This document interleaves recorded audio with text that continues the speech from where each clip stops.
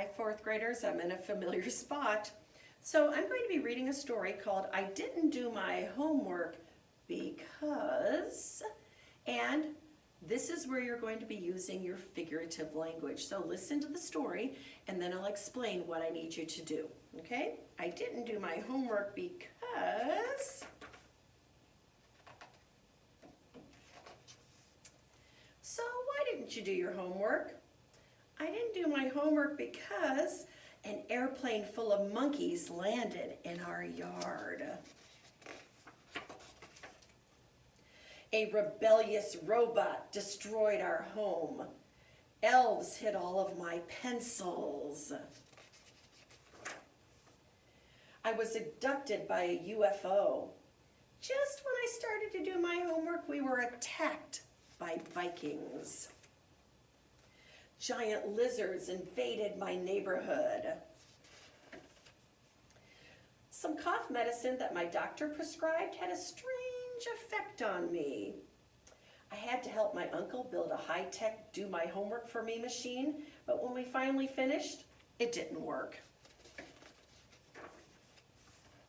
My dog was swallowed up by another dog, so I spent the afternoon at the vet. I was at my cat's funeral. Some escaped convicts from the local jail hid in my bedroom and wouldn't come out. My uncle was challenged to a duel by a neighbor.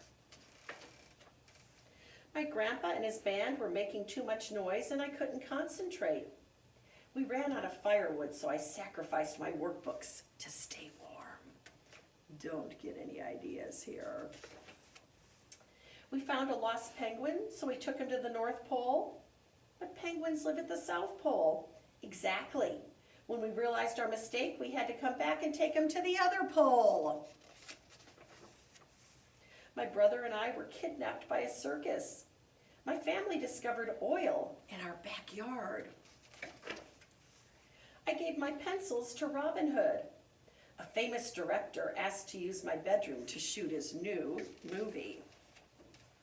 Some strange birds made a nest on our roof. We had a problem with carnivorous plants. Our roof suddenly disappeared. The neighbors asked if we could help them look for their armadillos. My sister's rabbit chewed up all of my pencils and workbooks. My brother had his little problem again. A tornado swept up all of my books. So why don't you believe me? Because I've read the same book. Smart teacher. So here's what I'd like you to do, boys and girls, and this is where figurative language is going to come into play. So what I want you to do is I want you to pick one example. Rewind. I want you to pick 4 of the figurative language examples that I did for you. We did a simile, we did onomatopoeia, we did personification, we did hyperbole, and we did one more. What was the 5th one that we did? And we did alliteration. So I want you to go to your activities tab. There's going to be a worksheet there for you. I want you to use the drawing icon and divide your sheet into fourths. And in each one, I want you to give an excuse.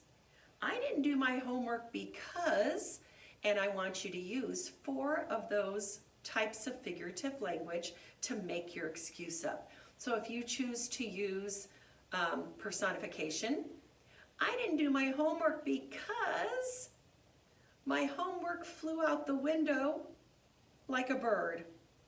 Or because my homework just got up and walked away, kind of like my Sharpie pen. If you're going, then you go to another box and you use a different type of figurative language, maybe alliteration, where most of your words start with the same letter. So you are going to do that. You're going to have 4 different excuses for why you didn't do your homework, but you're going to do it with figurative language, which actually is going to make them really, really fun to read. Okay, and the directions will all be in the activities lab tab. I'm not erasing when I make mistakes, boys and girls.